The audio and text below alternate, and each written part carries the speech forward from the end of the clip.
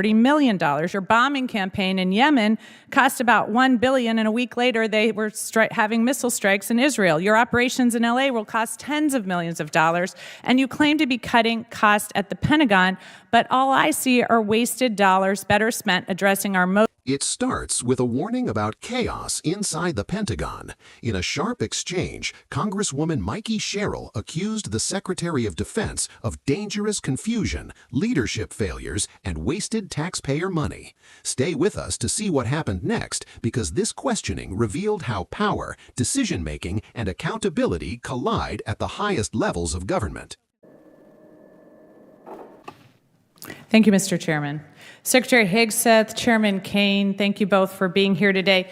Mr. Secretary, your testimony over the last several days before Congress, I've heard you speak about all of your supposed accomplishments from your time at the Pentagon. I have to say, your training at Fox News has let you spin months of dangerous dysfunction and incompetence into catchy phrases like restoring the warrior ethos and increasing lethality. But the truth is, it's really been chaos at the Pentagon under your leadership. You've clearly shown you're unable to manage the Department of Defense, but what I'm most concerned about are three specific areas: your operational incompetence, your managerial incompetence, and your budgetary incompetence. So let's start with operational.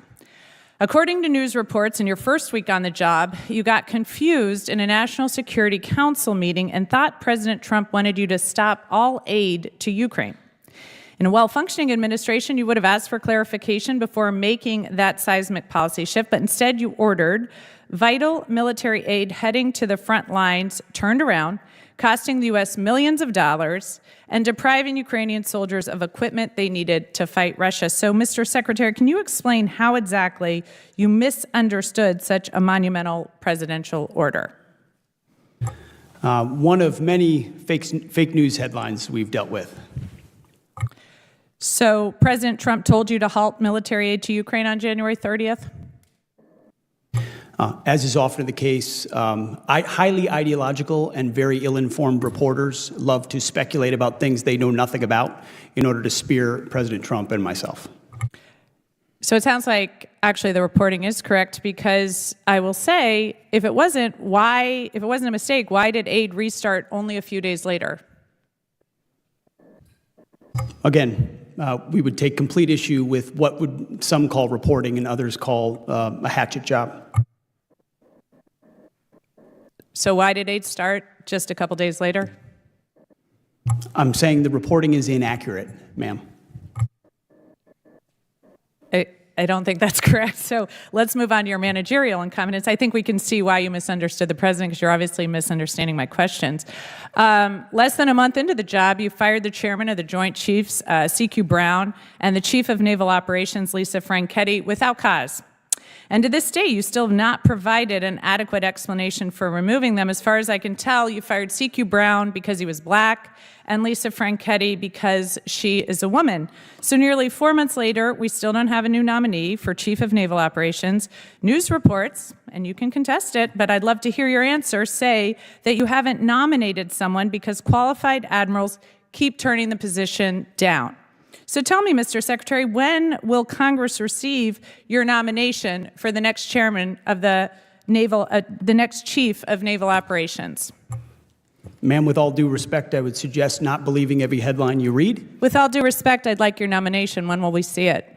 There has not a single admiral or any military official has turned down a position that's been So when will we provided. see your nominee for the chief of naval operations? In due time, for all the right reasons. Again, I think we've seen the managerial incompetence. Okay, let's move on to budgetary incompetence. You missed the deadline to submit a draft defense budget to Congress, which makes it impossible for us to complete our work on the NDAA or appropriations, and makes it more likely you'll receive delays in funding you need for new acquisitions, programs, and other priorities. Additionally, you're blowing money on poorly conceived operations and vanity projects for President Trump. Retrofitting the Qatari jet to serve as Air Force One will cost about $400 million. The parade in D.C. this weekend will cost upwards of $40 million.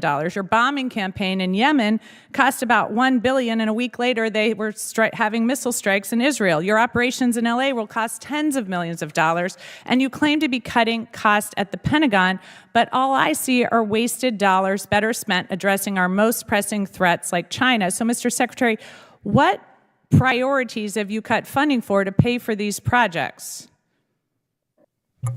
Ma'am, I would just say your list left off securing the southern border.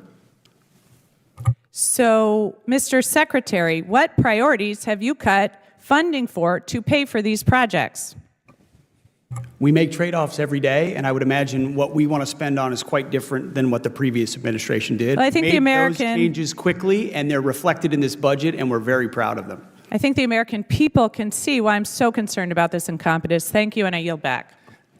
What unfolded in this hearing was not just a political clash, but a lesson in how congressional oversight works when lawmakers believe leadership failures could put lives at risk. Congresswoman Mikie Sherrill structured her questioning around 3 pillars she called incompetence: operational, managerial, and budgetary, grounding each in specific examples meant to show a pattern rather than a single mistake. On operations, she pointed to reports that military aid to Ukraine was briefly halted after what she described as a misunderstanding of presidential intent, explaining to viewers that even short pauses in logistics can cost millions of dollars and disrupt battlefield planning. On management, she highlighted the abrupt removal of senior military leaders and the prolonged absence of a nominee for Chief of Naval Operations, emphasizing that leadership gaps at the top ripple through the entire chain of command.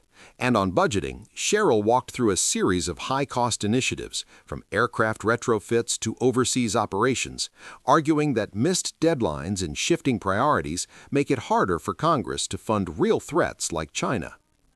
The deeper takeaway for viewers is this: hearings like this are not about scoring points, they're about forcing clarity. When answers stay vague or defensive, lawmakers see that as a warning sign, because the Department of Defense runs on precision, planning, and trust. If you want to understand how these decisions affect taxpayers, troops, and global stability, follow for more analysis, share this report, and stay informed.